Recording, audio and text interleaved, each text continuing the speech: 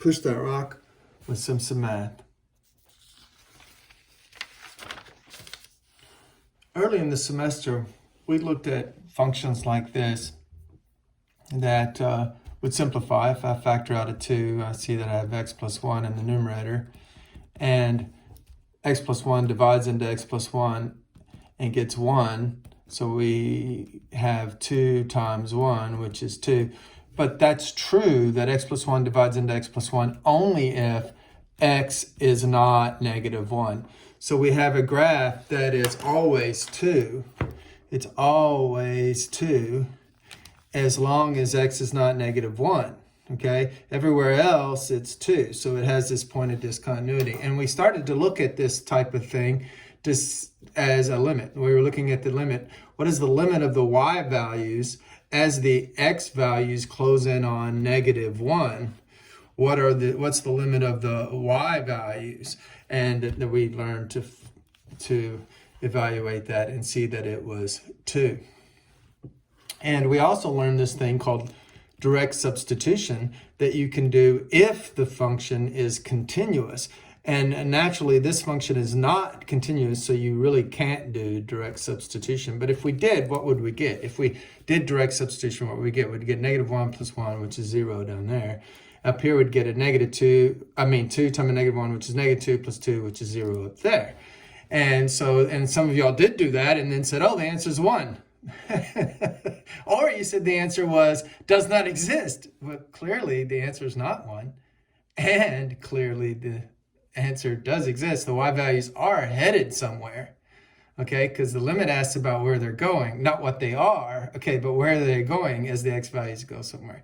So the y values are clearly going to 2. So this doesn't mean does not exist, and it also doesn't mean 1.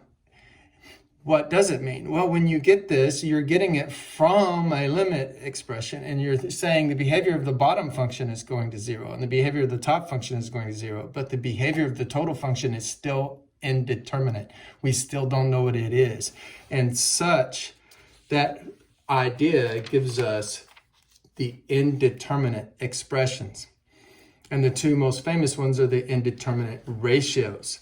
So, and these are famous because if we get an indeterminate ratio, we can apply the Frenchman's rule, the Marquis L'Hôpital, his rule. And you'll learn about that when you watch the other videos.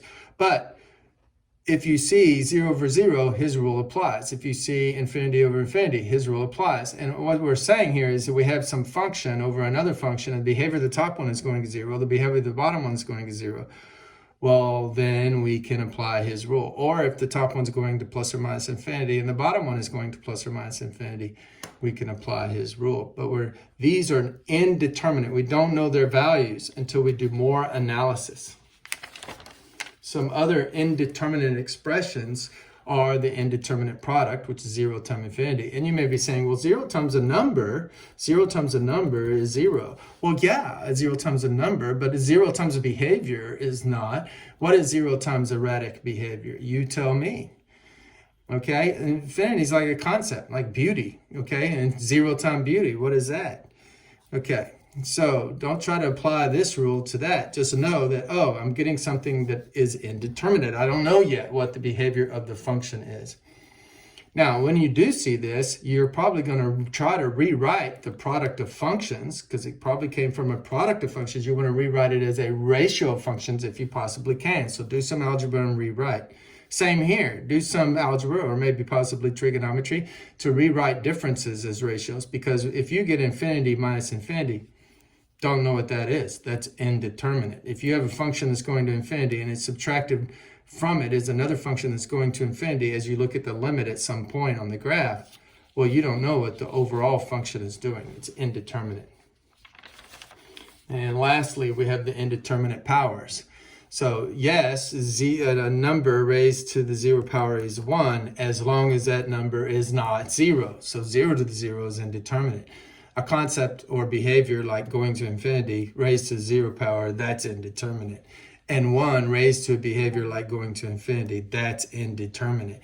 Yes, 1 to some large number is 1 because I multiply 1 by itself 50,000 times, I get 1. But we're not doing that. What we have is some function raised to another function, and we're looking at the limit at some place, maybe at infinity or at some number. And this function's headed to 1, and this function's headed to infinity, and we want to know what's the behavior of the overall function. Well, we don't know from getting 1 to infinity. So you have to do more analysis. Those are the indeterminate expressions. Math made simple. It's some math.